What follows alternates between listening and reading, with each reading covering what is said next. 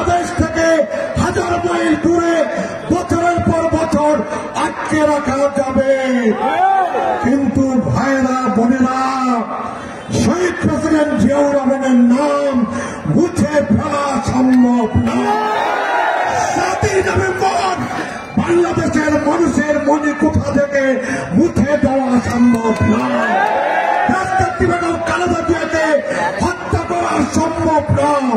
আমাদের নেতা তরুণের অহংকার, আমাদের অ্যাক্টিং চেয়ারম্যান দেশটার তারেক রহমানকে বছরের পর বছর, যুগের পর যুগ, হাজার মাইল দূরে দেশ থেকে, দল থেকে, পরিবার থেকে আটকে রাখা যাবে না। আমরা দিন গুনছি, আমরা অপেক্ষা করছি। ব্যারিস্টার মওদুদকে আমরা বলতে চাই, আমরা জামালপুরের নেতারা, জামালপুরের কর্মীরা, জামালপুরের মায়েরা, জামালপুরের বোনেরা, জামালপুরের ভাইয়েরা, আমরা অধীর আগ্রহে অপেক্ষা করছি দেশনায়ক তারেক রহমানকে গ্রহণ করবার জন্য, বরণ করবার জন্য। আমাদের সালাম, আমাদের অভিপ্রায় আপনি পৌঁছে দিবেন দয়া করে। প্রিয় ভাইয়েরা, আমরা স্মরণ করতে চাই গত জুলাই আগস্ট মাসে যারা জীবন দিয়ে, যারা রক্ত দিয়ে এই বাংলাদেশকে দ্বিতীয়বারের মতো স্বাধীন করেছে। 1971-এ শহীদ প্রেসিডেন্ট জিয়াউর রহমানের ডাকে সাড়া দিয়ে বাংলাদেশকে আমরা স্বাধীন করেছিলাম।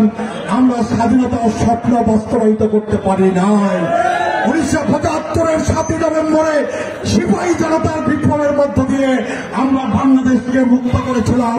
আমরা 7ই নভেম্বরের পরে এই বাংলাদেশে গণতন্ত্রকে আমরা রক্ষা করতে পারি নাই।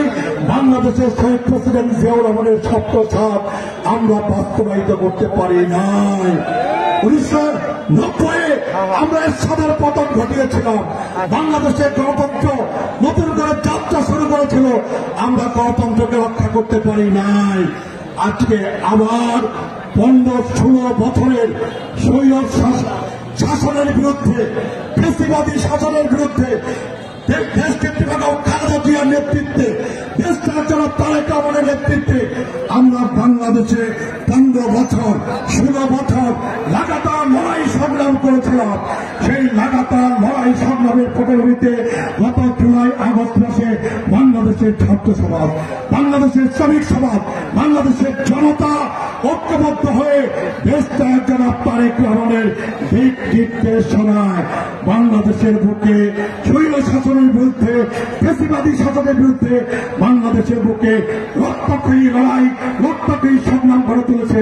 এবং সেই রক্তক্ষয়ী লড়াই, সেই রক্তক্ষয়ী সংগ্রামের মধ্য দিয়ে স্বৈরাচারী শেখ হাসিনা, ফ্যাসিস্ট শেখ হাসিনা বাংলাদেশ থেকে পালিয়ে যেতে বাধ্য হয়েছে। আজ বাংলাদেশ স্বৈরাচার মুক্ত, আজ বাংলাদেশ ফ্যাসিবাদ মুক্ত, আজ বাংলাদেশ ফ্যাসিস্ট মুক্ত। এই বাংলাদেশে আমরা গভীর আগ্রহ নিয়ে অপেক্ষা করছি একটি অবাধ, নিরপেক্ষ, সুস্থ নির্বাচনের মধ্য দিয়ে বাংলাদেশে একটি গণতান্ত্রিক নির্বাচিত সরকার কায়েম হবে। তার জন্য আমরা গভীর আগ্রহ নিয়ে অপেক্ষা করছি।